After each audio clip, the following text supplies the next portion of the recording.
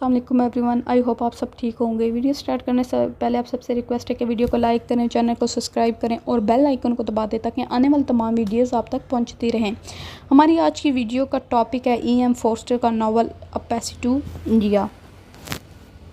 हम अपने आज के नावल में सबसे पहले राइटर की डिस्कशन में राइटर की बायोग्राफी को डिस्कस करेंगे, दैन जॉनरा को, फिर पब्लिकेशन को, करैक्टर को, समरी और एनालिसिस को, दैन लास्ट पे थीम्स एंड सिम्बल्स को।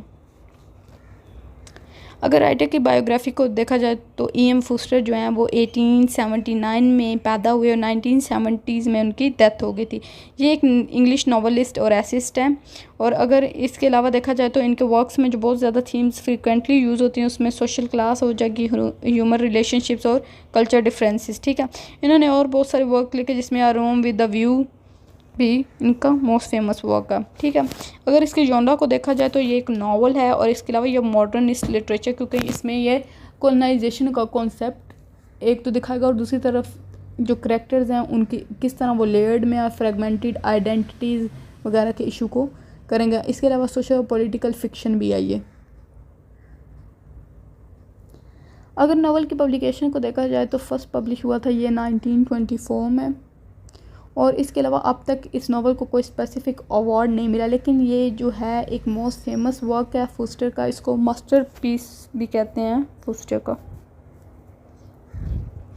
अगर हम इसके मेन करैक्टर्स को देखें, सबसे पहले हमारे पास करैक्टर आएगा डॉक्टर अजीज़ का, जो एक यंग इंडियन मुस्लिम जो है करैक्टर होता है और इसके अलावा ये प्रोटैगनिस्ट ऑफ द नावल भी होता है। ठीक है, और सेकंड करैक्टर हमारे पास मिसिज मॉर का है जो कि लंदन से आती है इंडिया विज़िट करने के लिए, जो कि एक इंग्लिश वूमेन है जो अजीज़ के साथ भी फ्रेंड बिहेव करती है। ठीक है, उसके बाद हमारे पास करैक्टर आ जाएगा फील्डिंग का। जो फील्डिंग है ये एक लोकल गवर्नमेंट कॉलेज में पढ़ाने वाले टीचर होते हैं और ये इनका अजीज़ और मिसेस मोर के साथ बहुत एज ए फ्रेंडली कनेक्शन होता है। अच्छा, इस नावल में जो स्टोरी है वो ये होती है कि इंडिया में कॉलोनाइजेशन हो चुकी होती है। जो ईस्ट इंडिया कंपनी है वहाँ वो जो लोग हैं इंडिया में आ चुके होते हैं, इंडिया जो है कॉलोनाइज हो चुका होता है। ठीक है, जो मिसेस मोर हैं वो अपनी जो डॉटर इन लॉ है और अपने बेटे की जो सूटर है उसके साथ इंडिया विज़िट करने के लिए आती हैं, तो वहाँ उनकी मुलाकात जो है वो हो जाती है। इनका बेटे का नाम होता है रोनी। ठीक है, जो एज ए मजिस्ट्रेट होता है इंडिया में। ठीक है, जब वो मिलने के लिए आती हैं तो उनकी वहाँ क्या कहते हैं डॉक्टर अजीज़ से भी मुलाकात होती है। डॉक्टर अजीज़ स्टार्ट में ऐसा करैक्टर दिखाया गया है जो हमेशा मिमिक्री करने की कोशिश करता है, मतलब उनको कॉपी करता है। वो हमेशा बिहेव करता है कि वो ब्रिटिश के लोगों जैसा बन जाए। लेकिन जब जैसे जैसे स्टोरी मूव होती है तो जब ये माराबाल केव को विज़िट करने जाते हैं तो वहाँ मिसेस मॉर को सफोकेशन हो जाती है और वो ऊपर हाइट्स पर नहीं जाती। लेकिन जो है क्या कहते हैं डॉक्टर अजीज़ और जो रोनी की शूटर होती है वो विज़िट करने जाते हैं तो वहाँ उसकी तबीयत ख़राब हो जाती है। रोनी जब साइड पे आता है तो उसको साइड पर सिगरेट पीने जाता है। जब वापस आता है तो उसको पता चलता है कि वो जो रोनी की शूटर है वो वापस चली गई है। तो एंड पे पता चलता है कि उसने रोनी के ऊपर इल्ज़ाम लगा दिया जाता है कि इसने मुझे रेप किया है या मुझे सिड्यूस करने की कोशिश की है, जिसकी वजह से रोनी के ऊपर केस चल जाता है और रोनी को एंड पे रियलाइज़ होता है कि किस तरह जो उनके साथ इंडिया में ट्रीट किया जा रहा है, अमेरिकन किस तरह उनके साथ ट्रीट कर रहे हैं। ठीक है, और लास्ट पे ये होता है कि जो सारे इंडिया अमेरिकन होते हैं वो वापस चले जाते हैं मिसेस मोर इससे पहले, और इस दौरान ही मिसेस मोर की डेथ हो जाती है। ठीक है, अब एंड पे ये होता है कि जो डॉक्टर अजीज़ है उसको रियलाइज़ हो जाता है कि वो एज ए मुस्लिम और एज ए इंडियन कैसे बेस्ट है। ठीक है, तो वो अपने कल्चर को फिर लास्ट पे रिप्रेजेंट करने की कोशिश करता है, वो मिक्री छोड़ देता है। ठीक है, इस नावल के ज़रिए राइटर ने जो थीम ऑफ फ्रेंडशिप को शो करवाया उसमें एक कॉलोनाइज़र की फ्रेंडशिप और इंडियन के करैक्टर की फ्रेंडशिप। ठीक है, और जो सेकंड है कल्चर मिसअंडरस्टैंडिंग दिखाई है, रेशियल टेंशन दिखाई है, जिसमें रेशियल अब देखें ब्राउन पीपल्स आ जाएंगे, मतलब इंडिया के लोग, और दूसरे जो हैं वाइट पीपल्स अमेरिका के ब्रिटिश के। इसके अलावा क्लैश ऑफ सिविलाइजेशन दिखाया है। ठीक है, इसमें फुस्टम सबसे पहले तो लिमिटेशन ऑफ कम्युनिकेशन दिखाई है। इसमें उन्होंने एक तो लैंग्वेज एज ए बैरियर दिखाया और इसके अलावा बाइसेस दिखाई हैं कि किस तरह इनहेरिटेड जो बाइसेस हैं उनका क्या रोल है, जेन्युइन कनेक्शन इनका क्या है, और इसके अलावा जो है अंडरस्टैंडिंग बिटवीन डिफरेंट कल्चर्स को पोर्ट्रे किया है। अगर हम नावल के थीम्स देखें तो इसमें बहुत सारे थीम्स है। सबसे जो मेजर थीम है वो कॉलोनाइजेशन का और इम्पीरियलिज्म का थीम है, जो as a oppressive nature British colonial जो है इंडिया में किस तरह और उन्होंने कैसे रूल किया वो दिखाया गया। इसके अलावा पावर डायनामिक्स दिखाई गई हैं।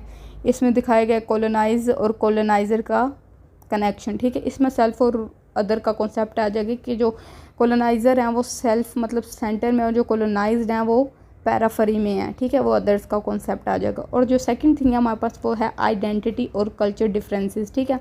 इसमें सबसे पहले आइडेंटिटी का इशू आ जाएगा, क्योंकि जो नेटिव कल्चर के लोग हैं उनके ऊपर किस तरह बाउंड्रीज या बैन लगा दिया गया। इसके अलावा कन्फ्लिक्ट है कि किस तरह डिफरेंट जो मतलब लोग हैं जो डिफरेंट कल्चर्स हैं वो किस तरह आपस में बिहेव या उनका आपस में क्या रूल होता है। इसके अलावा डिफरेंट क्वेश्चन जो हैं आइडेंटिटी के ऊपर राइज होते हैं, जिसमें कल्चर स्टीरियोटाइप्स वगैरह आ जाती हैं, ठीक है।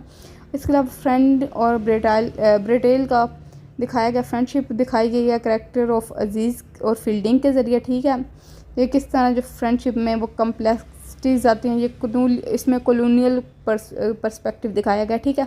और दूसरी तरफ है वो टेंशन और मिसअंडरस्टैंडिंग दिखाई गया रिलेशनशिप्स के अंदर। अगर थीम्स और सिंबल को देखा जाए तो सबसे पहले जो हमारे पास थीम है वो माराबाला केव्स है। माराबाला केव्स जो हैं उसमें दिखाते हैं कि जब वो उसके अंदर जाते हैं तो जो कुछ बोलते हैं या जो भी आवाज़ निकालते हैं तो वो वापस जो है टकरा कर वापस आती हैं। द सेम थिंग कि जब उसके अंदर जाती हैं मिसेस मॉर तो उसको जैसे वाइट को उसको अंदर जाके सफोकेशन होने लग जाती है। तो ये जो सफोकेशन है ये अमेरिकन्स की ब्रिटिश की अपनी सफोकेशन, ठीक है, जिसको फिर वो लास्ट तक जो है वो नहीं समझते, ठीक है। उनकी इनर डार्कनेस आ जाती है, ठीक है। जैसे कि केव्स के अंदर डार्कनेस होती है तो वो डार्कनेस ऑफ वाइट पीपल को रिप्रेजेंट कर रहे होते हैं। इसके अलावा एक्सपीरियंस ऑफ एम्प्टीनेस, कन्फ्यूजन और ब्रेक डाउन ऑफ कम्युनिकेशन। इसके अलावा जो इको है, इको मैंने आपको पहले बताया कि जो वो बात करते थे माराबाला केव्स में वो वापस आती थी। ये जो इको है ये फ्रेगमेंटेड है, ये फिर नेचर ऑफ कम्युनिकेशन मिसअंडरस्टैंडिंग को रिप्रेजेंट कर रही है। और इसके अलावा ये एज ए मेटाफर जो है difficulties between different culture gaps इसमें फिर आगे दिखाए गए हैं। अब हम अपनी डिस्कशन को कंक्लूड करते हैं। तो जो एक पैसेज टू इंडिया नावल, ये पूरा जो नावल ये कॉलोनाइजेशन के ऊपर है और इसके अलावा इसमें कल्चर क्लैशेस दिखाए गए हैं, लिमिटेशन ऑफ ह्यूमन कनेक्शन दिखाया गया और इसके अलावा इसमें रेसिज्म का कॉन्सेप्ट है, वाइट पीपल्स और इंडियंस का कॉन्सेप्ट है, ठीक है। इसमें मिमिक्री दिखाई गई है डिफरेंट करेक्टर्स के थ्रू। इसके अलावा इसमें करेक्टर्स की कम्प्लेक्सिस को दिखाया गया कि उनकी इनर क्या है और आउटर क्या अपेयरेंस वर्सेस रियलिटी, ठीक है। इसके अलावा और बहुत सारे जो क्वेश्चन है वो इसमें जो राइटर है उसने रेस किया थ्रू रीडर्स के ज़रिए कि इसमें कल्चर की अजम्पशंस क्या हैं, स्ट्राइव फॉर जेन्युइन एम्पैथी और understanding in a diverse world. I hope आप सबको इतनी समझ आ गई होगी। जाने से पहले आप सबसे रिक्वेस्ट है कि वीडियो को लाइक करें, चैनल को सब्सक्राइब करें और बेल आइकन को दबा दें ताकि आने वाले तमाम वीडियोज़ आप तक पहुँचती रहें। Thank you very much for watching this video.